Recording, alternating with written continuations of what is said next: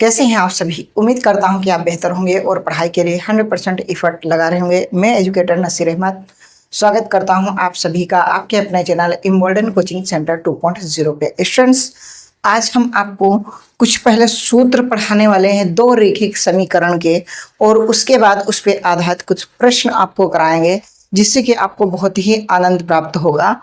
तो आप चैनल पर नए हैं तो चैनल को सब्सक्राइब कर लेना और अपने दोस्तों को, क्लास में जो भी पढ़ने वाले हैं उन सबको शेयर कर देना। क्लास 10th में है, आप बेहतर चैनल पर आ चुके हैं, बस आप आखिरी तक बने रहना। अगर आपको मैथ सीखनी है फ्री ऑफ कॉस्ट तो जरूर आइएगा इम्बोल्डन कोचिंग सेंटर पर। पहले मैं कह रहा हूं, दो रेखिक समीकरण में एक सूत्र होता है कि ax plus by plus c बराबर 0। इससे आप सबसे पहले क्या करोगे, तुलना करनी पड़ती है। क्या करनी पड़ती है? तुलना करनी पड़ती है। तुलना करना पड़ता है क्यों? क्योंकि इसमें आपको ax1 b1y और c1, यानी कि आपको जब निकालना होता है a1 b1 और c1, a2 b2 और c2, तो इससे हम समीकरणों की तुलना करते हैं। पहला तो ये सब। आगे क्या है? आगे हम क्या करेंगे? आगे हमारा जो सूत्र इसी पे आधारित बनता है, वो ये बनता है कि a1/a2 not equal to b1/b2। अगर ये स्थिति है तो रेखाएं कैसी होंगी? तो रेखाएं एक बिंदु पर प्रतिच्छेदित करेंगी। क्या होंगी? कि रेखाएं एक बिंदु पर प्रतिच्छेदित करेंगे, प्रतिच्छेद करती हैं, तथा समीकरण के जो हल होंगे वो कैसे होंगे? अद्वितीय हल होंगे। क्या होंगे? समीकरण के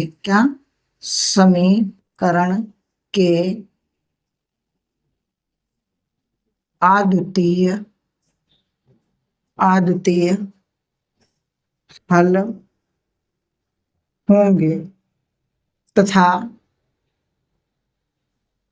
समीकरण के युग्म संगत होंगे। क्या होंगे? संगत होंगे। युग्म कैसे होंगे? संगत होंगे।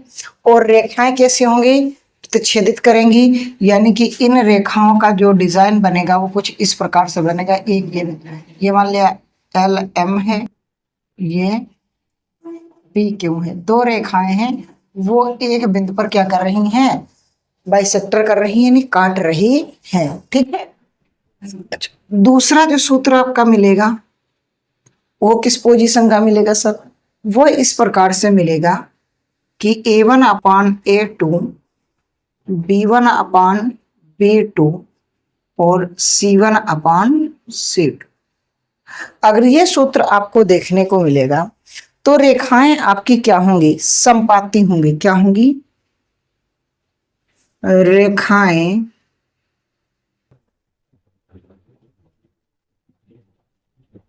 संपाती होंगी।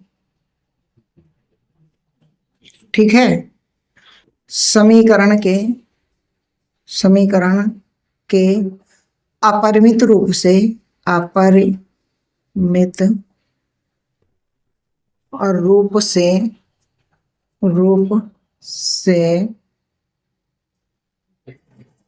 अनेक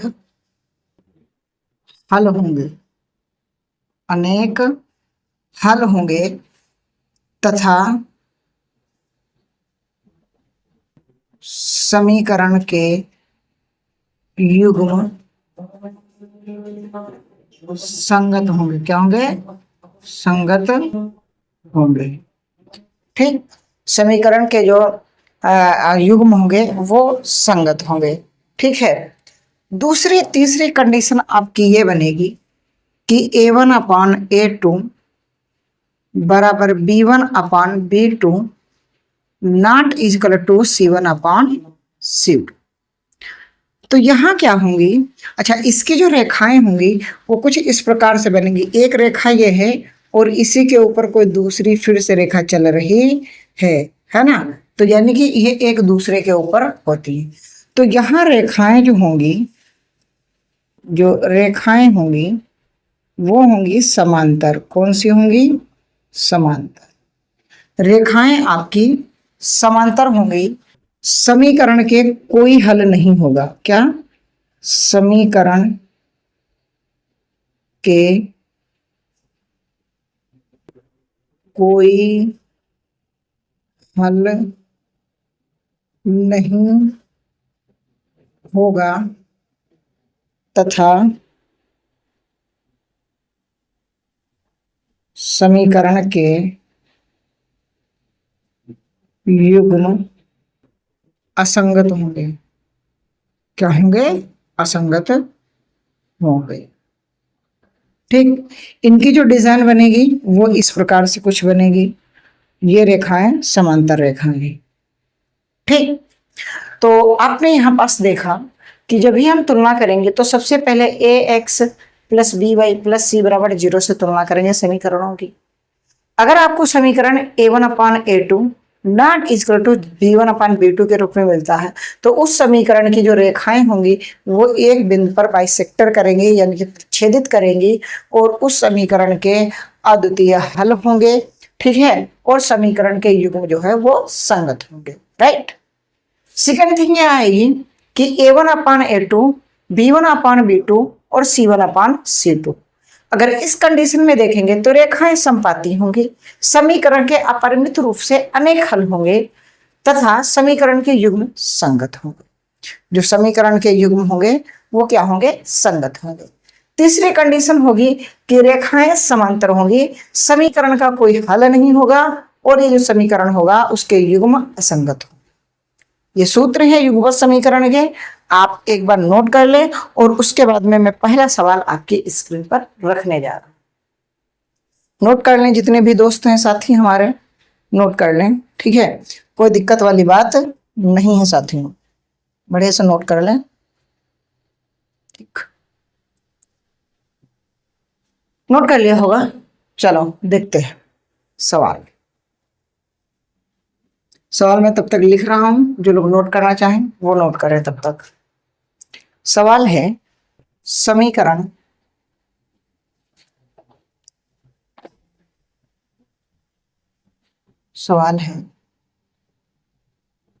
समीकरण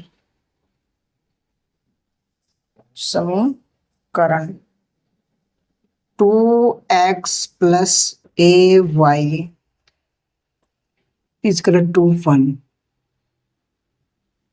तथा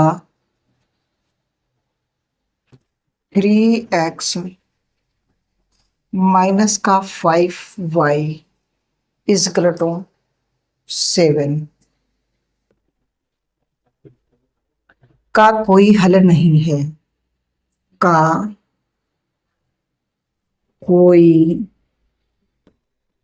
हल नहीं है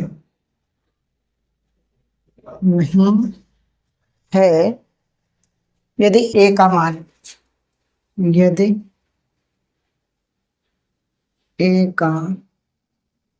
मान क्या है। ठीक इस तरीके से आपको ये सवाल दिया है और इस सवाल को आपको हल करना है। तो हम कह रहे हैं अब हम इस सूत्रों को मिटा रहे हैं और अब मैं सवाल आपका हल कराने जा रहा हूं।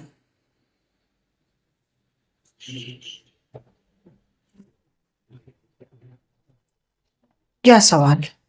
तो मैं पहला समीकरण नोट डाउन करूंगा, लिखूंगा कि 2x plus a Y minus का 1 इक्वल टू 0 और लिखूंगा कि समीकरण नंबर 1। ठीक, फिर मैं कहूंगा कि 3x माइनस का 5y इक्वल टू 7, नहीं माइनस का इधर आ जाएगा 7 और इक्वल टू 0 लिखूंगा समीकरण नंबर। सर ये क्या किया? ये देखो इधर था तो इधर आया माइनस का हो गया, ये इधर प्लस का था, इधर आया माइनस का। ये पंचांतर विधि होती है। कौन सी होती है? पंचांतर। तो पंचांतर में क्या होता है, अगर कोई बराबर के इधर माइनस का है, इधर जाएगा तो प्लस का हो जाएगा, और अगर इधर प्लस का है तो इधर जाएगा माइनस का हो जाएगा।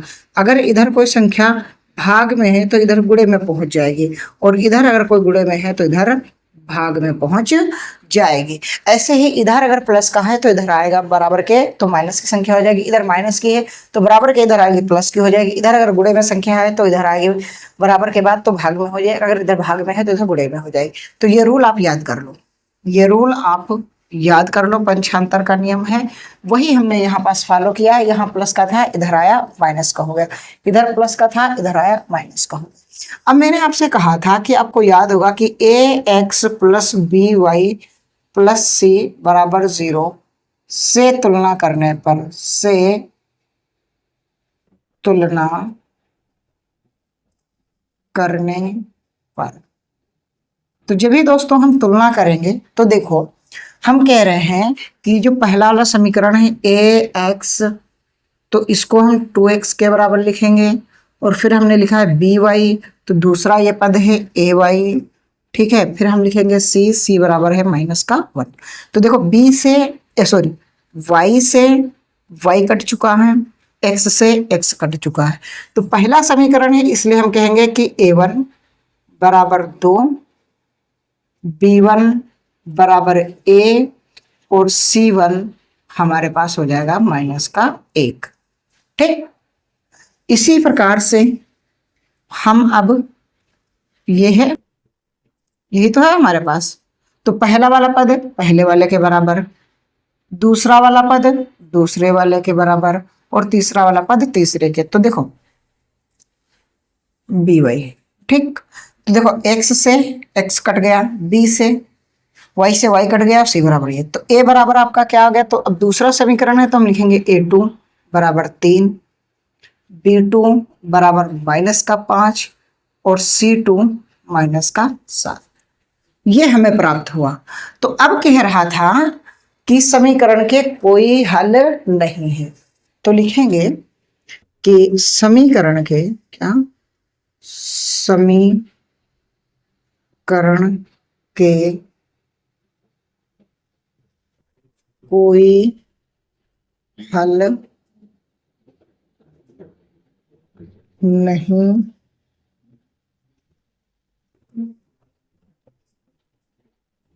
होने की स्थिति में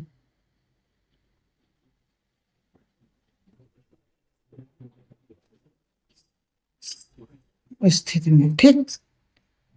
अब क्या होगा, तो मैंने अभी सूत्र लिखाया है, जब समीकरण के कोई हल नहीं होंगे तो हमारी स्थिति क्या हो जाएगी बताइए।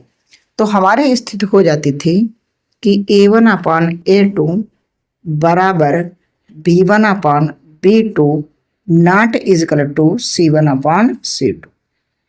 ठीक, तो अब a1 है हमारे पास 2, a2 है हमारे पास 3, b1 है हमारे पास a, b2 है -5 नॉट इजकल टू, c1 है -1 और c2 है -7। तो हम इन दो से a का मान निकाल लेंगे क्योंकि ये नॉट इजकल टू है ना, तो हम कहेंगे कि 2/3 इजकल टू a/-5, त्रियक गुणा हो जाएगी, तो ये हो जाएगा 3a और ये हो जाएगा -10। तो a बराबर, अब गुणे की संख्या कहाँ जाएगी, भाग में, तो -10/3। a का जो मान आ जाएगा वो स्टूडेंट्स आपका आ जाएगा -10/3। उम्मीद करता हूं स्टूडेंट्स आपको अच्छे से समझ में आया होगा सवाल, और हम सवाल पढ़ाने के लिए ही इम्बोल्डन कोचिंग सेंटर पर आए हैं। आपको थोड़ा सा सपोर्ट करना है इम्बोल्डन कोचिंग सेंटर में, बाकी आप हमारे ऊपर छोड़ दें, आपको बेहतर कंटेंट मिल रहा है इम्बोल्डन कोचिंग सेंटर में।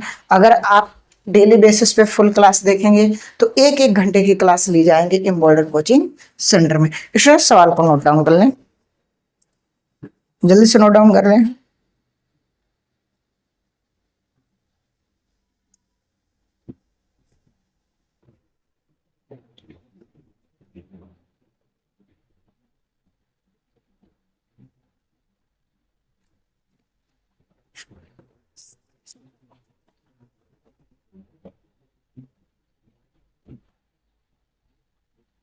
ठीक। अब सवाल है अगला एक और।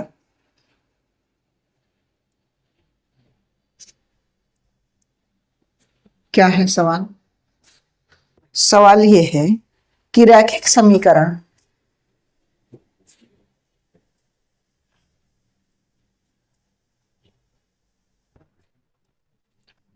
रैखिक समीकरण रैखिक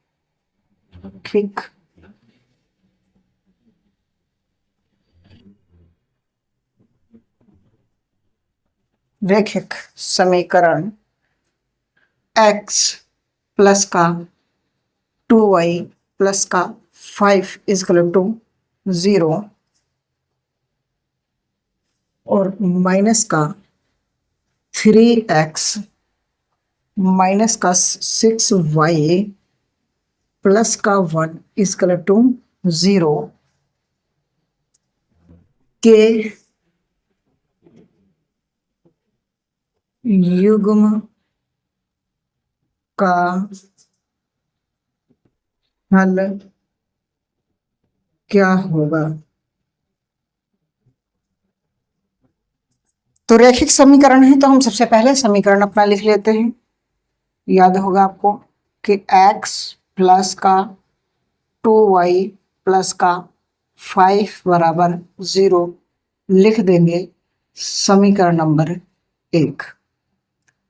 दूसरा क्या लिखेंगे कि माइनस का 3x माइनस का 6y प्लस का 1 बराबर 0 लिख देंगे समीकरण नंबर 2। लिखेंगे कि ax plus by plus c बराबर 0 से समीकरणों की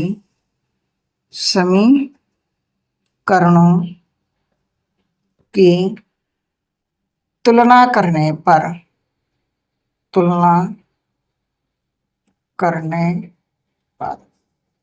तो जब ही आप दोस्तों तुलना करोगे तो a1 b1 और c1 आपको निकालना है। तो मैंने कहा कि ax प्लस by प्लस बराबर c, यही तो है। तो ax ये हो गया, दूसरा पद 2y, तीसरा पद 5। तो देखो y से y कट गया है, x से x कट गया, तो x से कम x, तो हम कहेंगे a1 हमारे पास 1 है, ठीक है, और b1 हमारे पास 2 है और c1 हमारे पास 5 है। इसी प्रकार से a2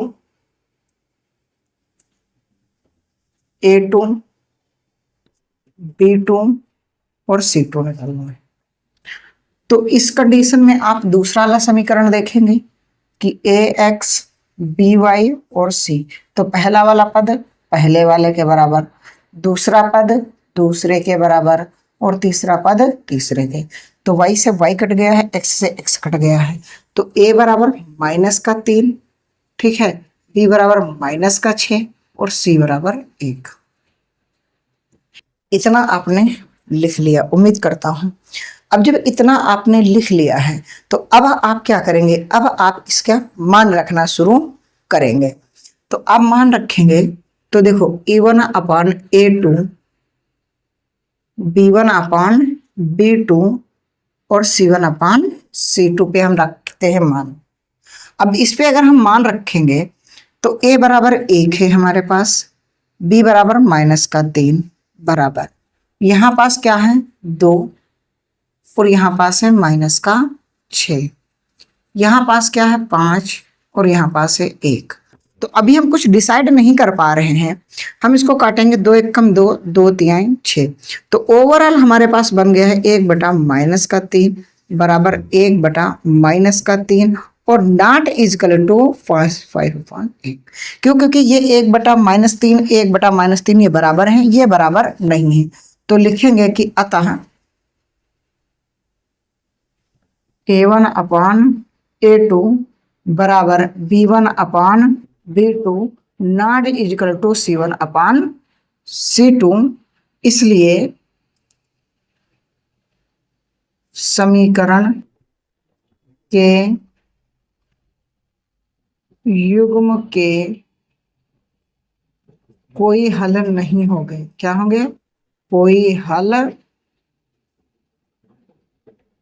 नहीं होंगे। और अगर पूछता समीकरण कैसा होता, तो समीकरण आपका संगत हो जाता। उम्मीद करता हूँ स्टूडेंट्स आपको सवाल समझ में आ रहे होंगे।